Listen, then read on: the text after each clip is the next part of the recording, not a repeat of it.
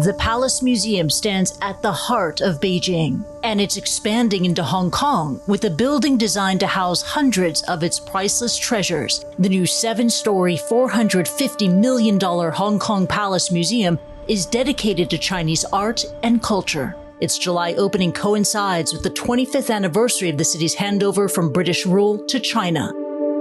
It's so important for our museum to be able to tell the story.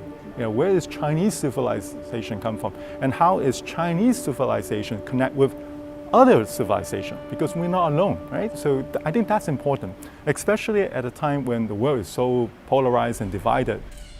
More than 900 artifacts are on loan from Beijing's Palace Museum, exhibited across multiple galleries. In this one, the spotlight is on the history of Chinese ceramics, with a focus on imperial porcelain from the Ming and Qing dynasties. The Palace Museum has 1.8 million objects, right? Out of that, only 8,000 were designated as Grade 1 objects. Out of 8,000, they gave us 166, 5%, which is a big deal. You have to see it, because only with your own eye, you can really appreciate the exquisite nature of Chinese art. Chinese President Xi Jinping has promoted the glories of China's past as part of his vision for achieving the Chinese dream. In 2017, Xi visited Hong Kong to mark the 20th anniversary of the handover and oversaw the signing ceremony between Beijing and Hong Kong to develop the museum. At the time, he said he hoped it would promote traditional Chinese culture.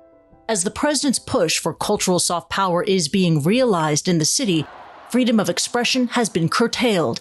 Thanks to a national security law passed in 2020, scenes of mass protests are no more, and politically charged artworks like the Pillar of Shame Tiananmen Square Memorial have been removed. The Hong Kong outpost will be the third palace museum in the world. Many of the Forbidden City's other treasures are also on display at the Palace Museum in Taiwan, after some of China's most prized relics were taken to Taipei by retreating nationalist forces in the 1940s.